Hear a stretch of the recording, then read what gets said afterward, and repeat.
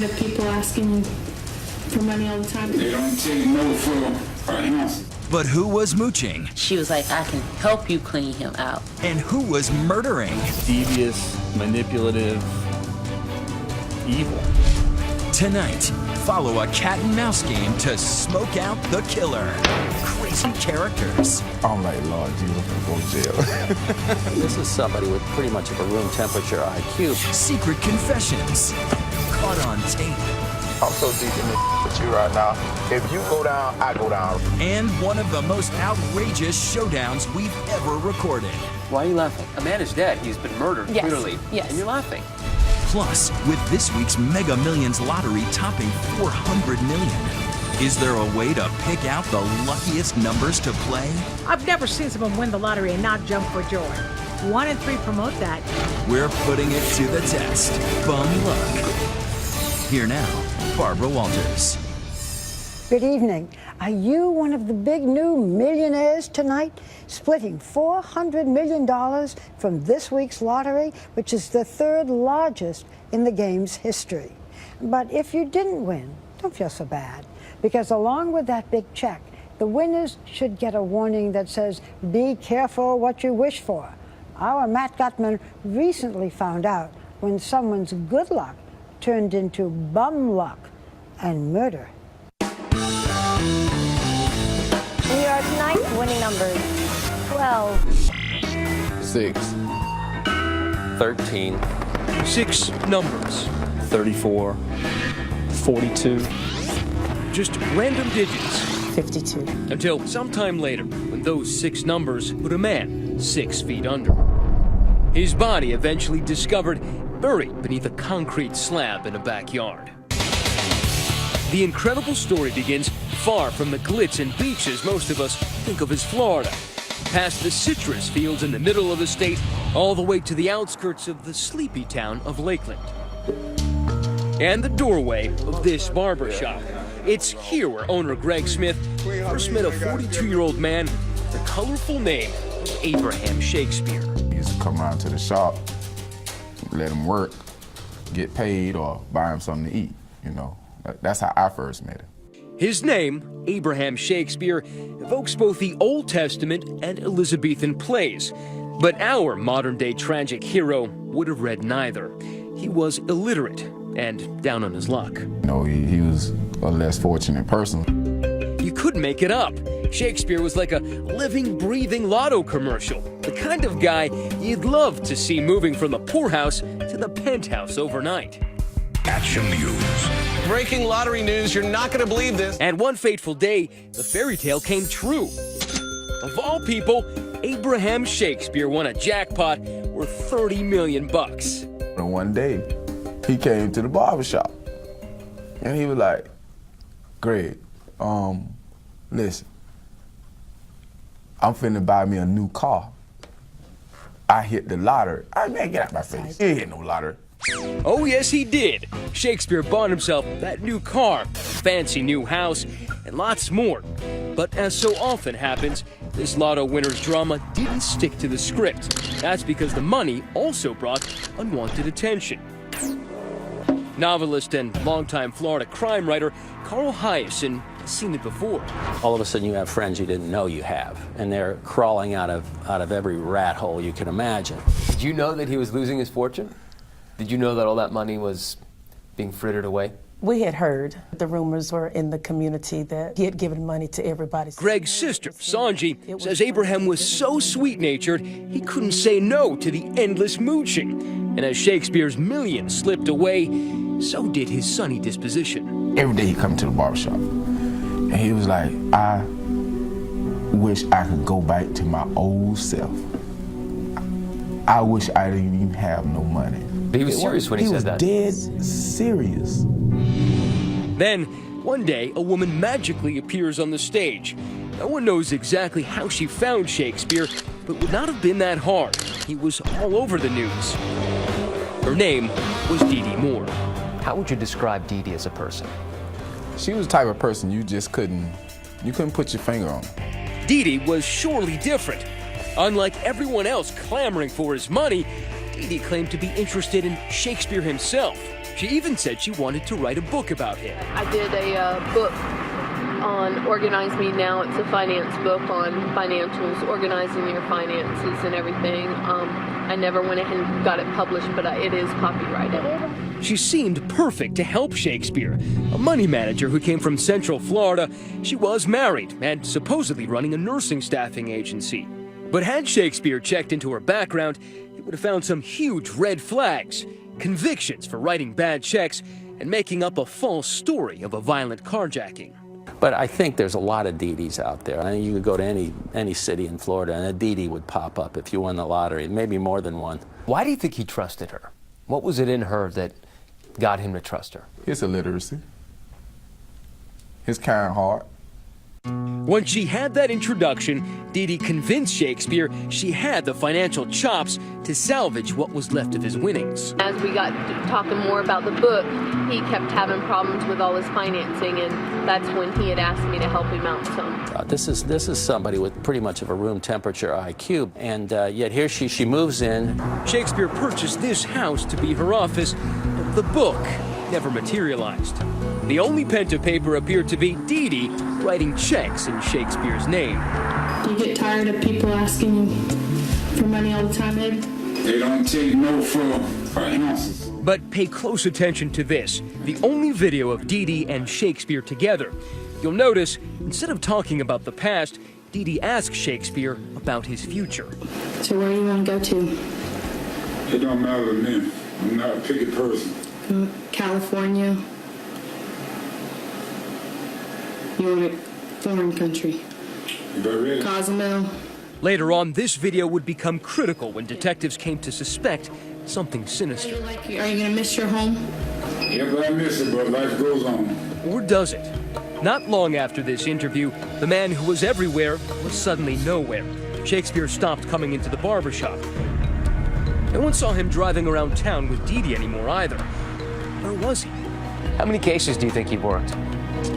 60 to 100 investigations. Where does the Abraham Shakespeare one rank?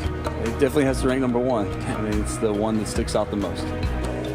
Detective David Wallace and his team of investigators entered the picture soon after. He knew that something was fishy, but it seemed like he didn't have enough evidence. Correct. With everyone wondering what had happened, Dee-Dee was the only one with an answer. I don't want nobody to be able to talk to me. I don't want nobody to be able to track me. And I'll come back every so often. She explained to the detectives and anyone else who asked that Shakespeare had skipped town, tired of people hounding him for cash, just as that videotape she created seemed to suggest. Are you going to miss your home? Yeah, but I miss it, but life goes on. Only one problem. The cops find no corroborating evidence Shakespeare has simply left on his own. We certainly hope Abraham's alive and well, and he has successfully hidden himself away. But our investigation doesn't lead us to believe that at this time. It's about this time that Dee-Dee reaches out to Greg Smith. Turns out, Greg isn't just Abraham's boss. He's one of his borrowers, too. He owes Shakespeare $63 grand. I was going through some bank issues, and I was waiting on the bank to give me a loan. And he was like, well, why don't you just pay me back? Next thing I know, he had papers drawn up in a $63,000 check. The cops would learn that Dee-Dee now has a proposal for Greg. Help her avoid the heat, and she'll help him avoid his debt. Fast forward a few weeks to a most unusual night at the local Cracker Barrel. Dee-Dee is having dinner with Shakespeare's mother, Elizabeth, when Dee-Dee's phone rings. She says it's Abraham calling from wherever he is, but in reality, the caller is none other than Greg Smith, Abraham's friend and boss from the barbershop, now in cahoots with Dee-Dee. I was like, Mom, how you doing? This Abraham. I'm okay. I just want to let you know I'm okay, and hung up. So that's how he spoke, just how he slowly talks. and haltingly. That's just how he talks. Why would Smith do such a cruel thing? He says he thought it was okay because it would make Abraham's mother feel better. What he didn't know was that the cops are already all over Dee-Dee. Their surveillance tracks his phone, and a short time later, they pull him over. And this is right after you made that phone call? Yeah, they was like, get out the car. I said, oh, Lord. I'm like, Lord Jesus, I'm gonna go to jail. So now the cops are questioning the barber and still following the blonde, Dee Dee. At that point, no one could have predicted where the case would go, or that the big break would come from a little can of Red Bull. Stay with us.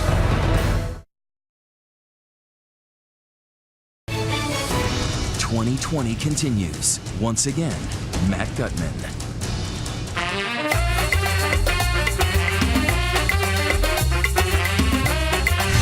Well, once they started doing the lottery in Florida, all of us who lived here our whole lives knew that it was just going to be a recipe for disaster for some people. Carl Hiaasen knows all about bizarre Florida murders. The real ones he covers in the Miami Herald, plus the ones he makes up. Novels like Lucky You, where a Florida lottery winner ends up dead. Florida, it really is a magnet. It's a magnet for predators. It's a magnet for scammers. It's a magnet for sleaze. It also makes for stories that are beyond what you would even think of writing in a novel. Like this story. Abraham Shakespeare, an illiterate worker in a Lakeland, Florida barbershop, has won the lottery and then vanishes. His boss, Greg Smith, has been pulled over by the cops after he made a fake phone call to Shakespeare's mother, pretending to be Abraham. Right away, they realize he's no criminal. Were you ever suspicious of Greg? Well, the first day, obviously. But it came clear in that first interview that he was a victim of Dee Dee Moore's manipulation. Dee Dee Moore was the supposed financial planner Abe hired to manage his money. Detectives suspected her and decided instead of putting Greg Smith behind bars, they'll put him to work in a convoluted cat-and-mouse game to trap Dee Dee. He actually turned the tables on her. He actually scammed her, and that's the beauty of it.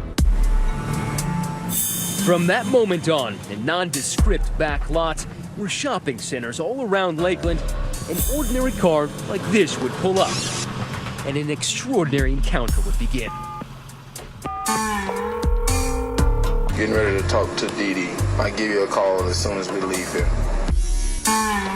With no police experience whatsoever, Barber Greg Smith has become a Sunshine State Serpico, a top-secret undercover police operative gathering evidence on Dee Dee Moore. The trap is set. Everybody in town seemed to think that he's come to a bad way, but nobody had any evidence. I didn't set a plan out to go catch him. I just told him I'd see what I could do. I think what we should do is come up with a plan. What he did was record hour after hour of conversations with Dee Dee Moore, tricking her with a homemade spy system straight out of James Bond. With an extremely delicate microphone as well. That's brilliant. That's the Dee Dee Moore catch can. He had devised this catch can himself, a recording device inside a Red Bull can. There was no drones, there was no sophisticated eavesdropping. She's shooting off her mouth, and the guy's talking into a Red Bull can. But it's perfect. I worked undercover narcotics for 8 years, and I wouldn't have came up with this. How critical was Greg's Red Bull can with the microphone inside? It was great because it got those conversations. I mean, 90% of those tapes speak for themselves. Dee Dee thought she had bought Greg's loyalty. Remember, cops say she told him that if he helped her out, she would help him out, forgiving the $63,000 loan he had taken from Abraham. If they ever come back to you, a guy paid you to do this. Yeah. For Abraham. In this conversation, she wants Greg to call a man who'd been telling the cops Shakespeare was dead, and using a fake voice, convince him that Abraham was alive and well. See, he keeps telling everybody Abraham's dead. The other day, he went around to the bar and said all kinds of He's killing me, man. Well, I'm finna go do this right now. Are you sure he's not gonna know your voice? Because if that's Baby, blown, we're I got you. Dee Dee's name, of course, was not to be brought up. Well, they'll never know about you anyway. I'll never give you up. You know what I'm saying? Ever. This is one of the many recordings revealing Dee Dee's plots and unguarded thoughts. I'm so deep in this with you right now. If you go down, I go down right now. Yeah. You don't understand that. If you go, I go. You can never prove and that's the way it is. I'm not gonna get caught. Doing this type of I got to find Abraham. I just need some time. And Eddie's Dee Dee never suspected anything, believing they had that business arrangement. I'm gonna go see if I can't get you that money. I'll call you in just a few minutes. And at this point, were you convinced that Abraham was dead? Not yet, still. Not yet. Nope. Nope, because she hadn't really showed any signs that he was dead. Even though the police said that they suspected her in murdering him. They had a suspicion, but they didn't know. What you think about this damn detective Wallace when I called him? And he's still trying to bring me up. He's still trying to say I killed him. So every time he met her, you were there watching? With the exception of 1 or 2 times. Was there ever a point at which you felt like Greg Smith was in danger or threatened? So yeah, there were times that he put himself, just by helping us out, probably did put himself in harm's way. Smith turns into Dee Dee's yes man, agreeing to anything she suggested, even posing as a dangerous drug dealer Dee Dee fabricated and blandly named Ronald. I'm like, well, who Ronald? You know what I'm saying? Who is Ronald? Well, Ronald is the guy, the drug dealer from Miami that saw Shakespeare. I'm Ronald. Ronald's imaginary. Oh, what a tangled web Dee Dee was weaving. Ronald's connection to everything would be unclear for some time. I don't even know Ronald's last name. Not until another conversation in Greg's car that January. Dee Dee had come not to mourn Abe Shakespeare, but to re-bury him. Just like when we dug my mother's septic tank, all you gotta do is dig some steps in the wall to come out. She asked me, would I help her move Abraham's body? I was like, huh? See, the thing is, it's kind of out in the open. Like, neighbors would be able to see what I'm doing. They ain't gonna be able to see me because I'm gonna hit that about 6 o'clock in the morning. You heard it right. Dee Dee has just revealed to Greg and the cops she knows where the body is. Greg says he suddenly realizes the truth. He's speaking to Abraham Shakespeare's killer. Then she goes on to say, I can show you where the body's at. But the problem is the body's on my property. Just like I figured, the goddamn body's still on that property. We're moving the body tonight. When you first heard that, what was your reaction? I mean, I felt like I won the football game at that point. The evidence mounts. On this Walmart security tape, Dee Dee is seen buying a tarp and other items Greg told her he would need. But even more damning, he convinces her to give him the .38 Smith & Wesson pistol used to shoot Shakespeare. She trusted you that much that she handed you the murder weapon. Exactly. What you need to do right there, we need to get that and grind all your serial number up. Of course, we can't just run out and arrest her. I mean, we still don't have everything. They still need that body. But soon, thanks to Greg, they dig it up right where Dee Dee had told him it would be, on her property under a concrete slab. Cause of death, 2 shots from a .38. Once they found the body, it was over. It was over. He didn't crawl in there himself, and the only one who had a motive to do that was her. Well, you gonna arrest me? That's up to you. I want to know what happened, but that's up to you, okay? The jig is up, but Dee Dee is still dancing. On this interrogation tape, she tries to blame the murder on someone else. That's a common defense tactic, is to come up with a mysterious intruder, a mysterious person, a killer, a bad guy who comes and does the deed and vanishes. Tearing a page from the Jodi Arias playbook, Dee Dee says that drug dealer named Ronald was the real killer, who threatened to kill her if she said anything. That's honestly what he calls himself. Okay. Your mind's moving 100 miles an hour. Dee Dee, it's not feasible what you're telling me. What you're saying is impossible. No one buys the story. Dee Dee apparently forgot she had asked Greg to pretend to be Ronald the drug dealer.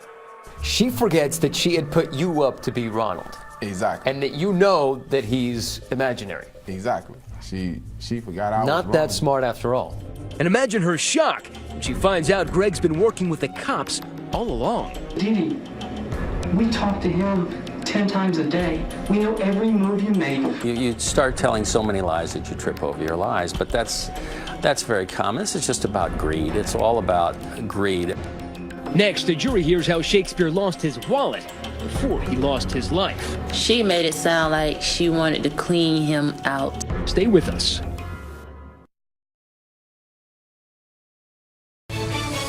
Bum Luck continues with Matt Gutman. Tonight, the largest jackpot in Powerball history could be yours. It was just a matter of months from when lottery winner Abraham Shakespeare met Dee Dee Moore to when he wound up dead. Abe Shakespeare was a sitting duck. There was just no way it was going to end well. Now, who knew it was going to end this badly?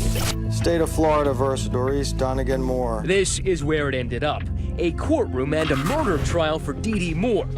Yep, that's Dee Dee, cut off from Clairol in custody. She's now a brunette. She took extreme, calculated steps to avoid detection. Dee Dee pleads not guilty, and though she never takes the stand, jurors still hear plenty from her in court, in a stream of dramatic, emotional outbursts. Court officials mercifully turned off the microphones, but the judge still had distinctly negative reviews. Just a moment, ma'am. Just a moment. I'm going to tell you once again, you need to compose yourself. You understand that? Dee Dee has reason to be upset. Witness after witness seemed to condemn her from the stand. Everything in this investigation pointed in the direction of one person, and that was Miss Moore. She would pop up at the oddest times with the oddest stories. Santeria Butler, the mother of Shakespeare's youngest child, became a key witness. She made it sound like she wanted to clean him out. Why do you say that? Because she wanted to know about all of his assets, and she was like, I can help you clean him out. Here's how prosecutors say Dee Dee did it. She had her ex-husband, John Moore, who knew nothing about the evil intent, dig a hole in her backyard, supposedly to bury garbage. Later that day, she shot Shakespeare, put him in the hole, and finally paid a concrete crew to cover that up. Members of the jury, you are about to hear recorded conversations. These recorded conversations are proper evidence. But the case is really all about those secretly recorded audio tapes made by Shakespeare's old friend, Greg Smith. That's Miss Moore getting back in with Mr. Smith. Did he ask him if he's okay or whatever? Yeah. Well, is he still living? The jury hears Dee Dee Moore continuing to instruct Smith to tell people Shakespeare was alive, even though he now knew his gentle friend was dead. You tell him, yeah, he's still living. I said, yeah, he's still living. I said, if anybody want to know if he's still living, yeah, he's still living. Prosecutors say the recordings show Dee Dee's efforts to cover up murder. But I guarantee you, Ronald has killed her. I just know it because the man threatened to kill my son. Here she sounds confused. She's telling Greg about Ronald, the supposed drug dealer who she claims killed Shakespeare. She probably forgot that she'd already asked Greg to pretend to be Ronald. They were doing a big drug deal and Ronald kept turning over his money. I think Ronald killed him for the money Abraham had on it. You call Ronald. You tell this listen here, we finna get you out of this. We need to know where this at, and if you done did it. It may seem hard to follow the plot of the play in Dee Dee's mind, but it's crystal clear to Greg. There is no drug dealer named Ronald. Did Miss Moore address who to blame if you got caught? Yes, she was addressing the guy Ronald, the imaginary character that she made up. Greg testifies how Dee Dee thought she could fool everyone. For example, when she concocted a fake letter. Well, I'm gonna go to the hotel, write that, go throw it in there, and that's it. It was supposed to be from Abraham himself. Dee Dee wanted Greg to deliver the letter to Shakespeare's mother. She reads it back to him when she's done writing. Give me some time. I will see you, I promise. Give me some time. Remember, detectives first recruited Greg after he had already made a fake phone call to Shakespeare's mom, pretending to be Abraham. Now he reads the fake letter in court. I'm grown and don't have to come back. It takes him 20 minutes to read this forged Shakespearean soliloquy. But one large problem with the plan, Shakespeare's mom would have known Abraham couldn't read or write. I've been through a lot, Mom. You should understand more than anyone. I just need time. How do you do this to a woman, 70-plus-year-old woman who hasn't seen her son in months? I mean, devious, manipulative, evil. I like being missing, just not all over the news. I think the defense had its work cut out for it. Dee Dee's defense to all of this, her lawyers describe the case as circumstantial. That there is no direct evidence against her. No witnesses' DNA or fingerprints directly linking her to the shooting. All the evidence taken together is legally insufficient to establish a prima facie case of first-degree premeditated murder against the defendant. Has the jury reached a verdict? Would you please hand that verdict to the bailiff? But thanks to all of those tapes, the jurors needed only 3 hours. The defendant is guilty of first-degree murder. The defendant did actually possess and discharge a firearm causing death. Still, even when the jury convicted her, Dee Dee continued to maintain her innocence. You never see the last of these people, so she's sitting in jail thinking she can still be smarter than everybody else. This is the sociopathic mind. I had a little slip up, but I'll get out of this somehow, and I'll give an interview. Sure enough, she gave one to us. I know I'll go to heaven. God knows I'm innocent. That is one person that knows I'm innocent. As that other Shakespeare wrote, the false face must hide, but the false heart doth know. I think people are complete idiots that think I had anything to do with it. I really do. I think they have no brain cells. Stay with us.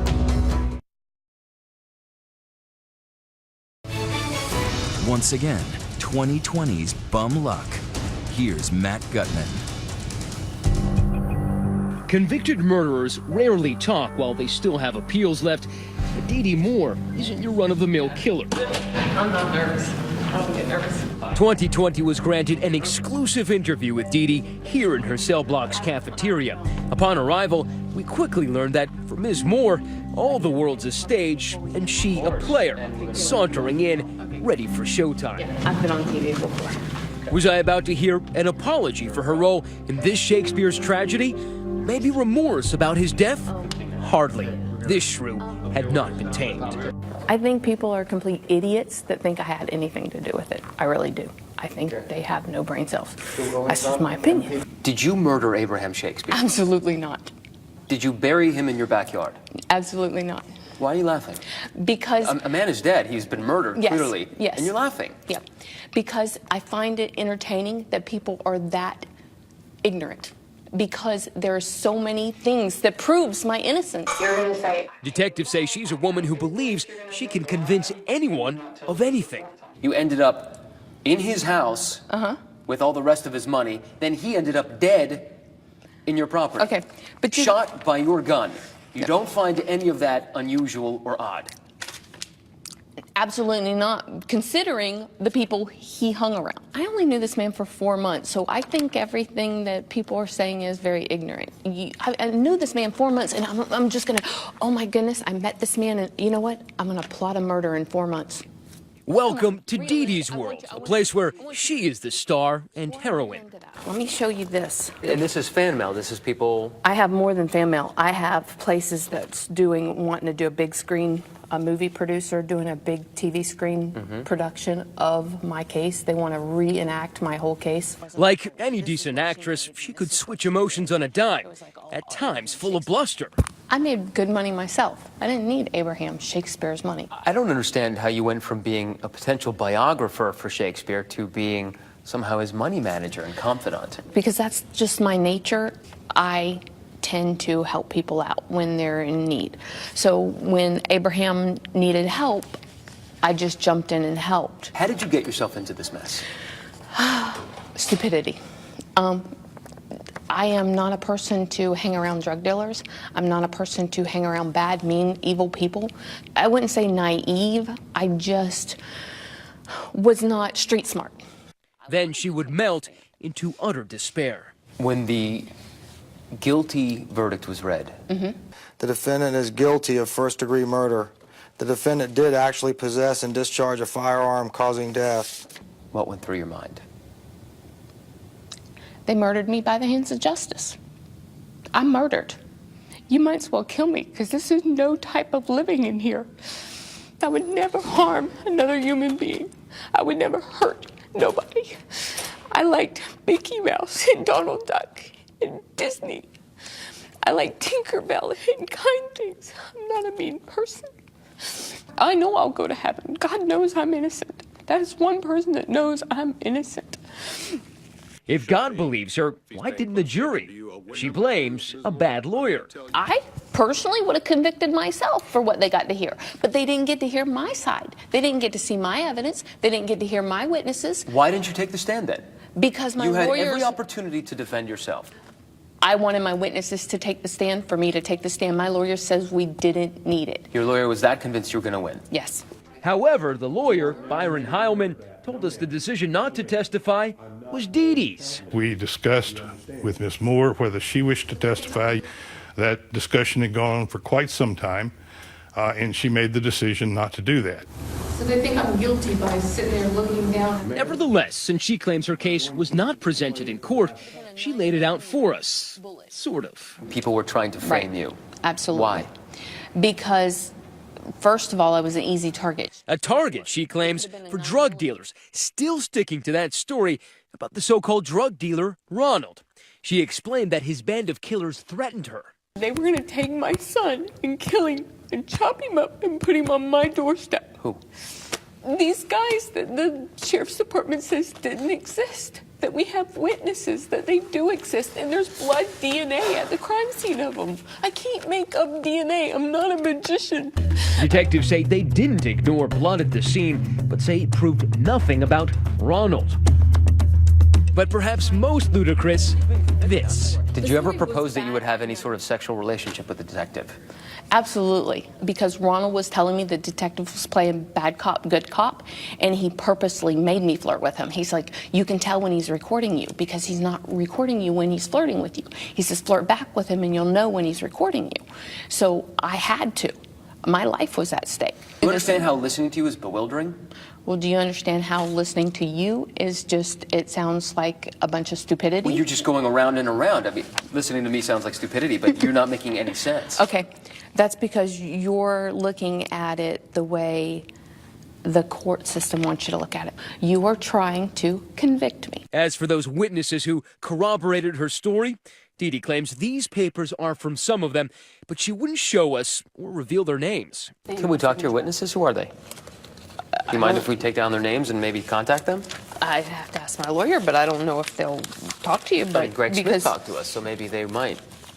Yeah, but the thing is that I have to ask their permission because they are witnesses in an ongoing case. Like this is one of, just so you can see it from far away, this is stuff that's not in my discovery. These are witness statements. You understand These that? witnesses don't exist, and that certainly looks like your handwriting. What do you mean? That looks like your handwriting. What you said were witnesses' notes looks like your handwriting. No, I don't it's think not. that these witnesses exist. Yeah. As our time ran out and Dee Dee saw the curtain falling on his performance. We're just trying to help you. Yeah. You want me to get the story straight. I'm happy to investigate it. You're not. Why don't you give us the witnesses and then we'll have evidence of Ronald actually existing. She dangled one name as she exited stage Thank you very right. much. Her first name is Deanna. I'll give you that. Deanna. Deanna. We asked the detectives about Deanna. They say it was just Dee Dee's latest concoction, a final parting lie from a convicted murderer who was set to spend the rest of her life behind bars. As for Greg Smith, the man who played the fool in order to put Dee Dee away, you can find him back in the barbershop, still cutting hair.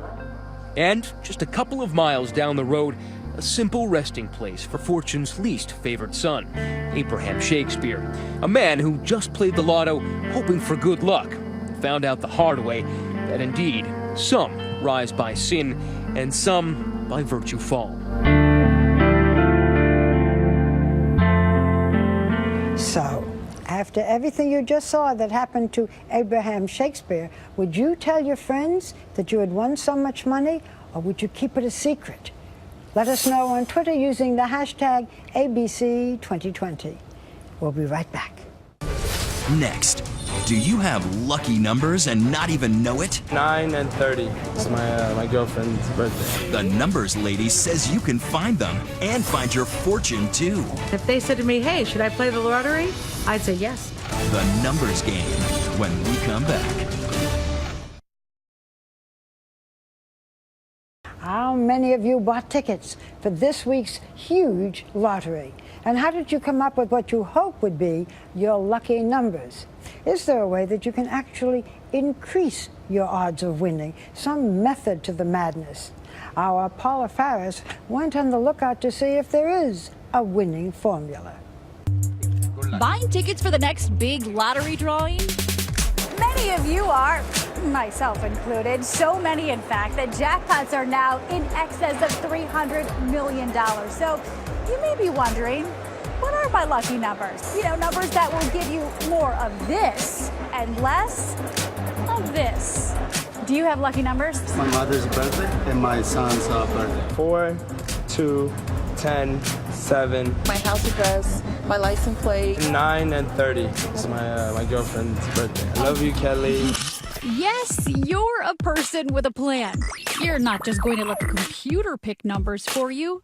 Boring. I would say it is better for a person to pick their own numbers only because you will intuitively get a feeling of what's good for you. Glynis McCants is known as the numbers lady, appearing on shows like Dr. Phil as a numerologist. She'll explain. Numerology is a science of numbers. When you look at someone's numbers, this is how you get them. Your name has 3 numbers, your birthday has 3 numbers, and that can give you a numerology blueprint of who you are. So, somebody born 1/6/1960. What you do is take the full date of birth and reduce it to 1 digit. So 1 plus 6 plus 1 plus 9 plus 6 plus 0 becomes 23. But in numerology, you want to reduce it to 1 digit. So 2 plus 3 is 5. So this person's a 5 life path. And if they said to me, hey, should I play the lottery? I'd say yes. Because people with a 5 life path seek freedom, fun, and adventure. Fine, you say, but how does your life path number determine what lottery numbers you should pick? A woman who was a 1 life path, she picked 1, 10, 28, 37. Well, those are all ones. She won $120,000. So do you see what I mean? No. Now, we know we're 85 seconds into the story and haven't introduced our skeptic, so before all you skeptics get your undies in a bundle, here he is, America. Your skeptic, UCLA mathematician Skip Garibaldi. Numerology is in no way a science.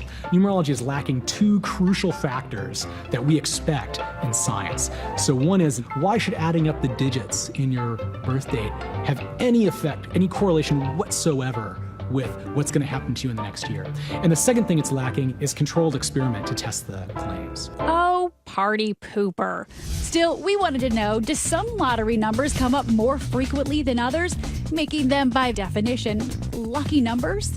My 2020 colleague Melissa did a little research. So what did you do? So out of the 50 most recent drawings over $100 million, I took all the winning numbers and tallied up how many times they all showed up. The number 10 came up 10 times, and the number 31, 12 times. Now those have to be lucky numbers. On the other hand, the number 2 came up just twice, and the number 40 just once. Glynis isn't surprised. It is literally the breakdown of the number, because here's what's interesting. The purity of the number 4 can have hard lessons attached, so I'm not surprised it doesn't show up very often. But 1 and 3, the number 1 is like ambition and competitive, and I want to win. And the number 3 is like laughter, communication. It's very upbeat energy. I've never seen someone win the lottery and not jump for joy. 1 and 3 promote that. I'm so glad they're happy. But back to our study, because our skeptic is starting to get annoyed. If you looked at it in the next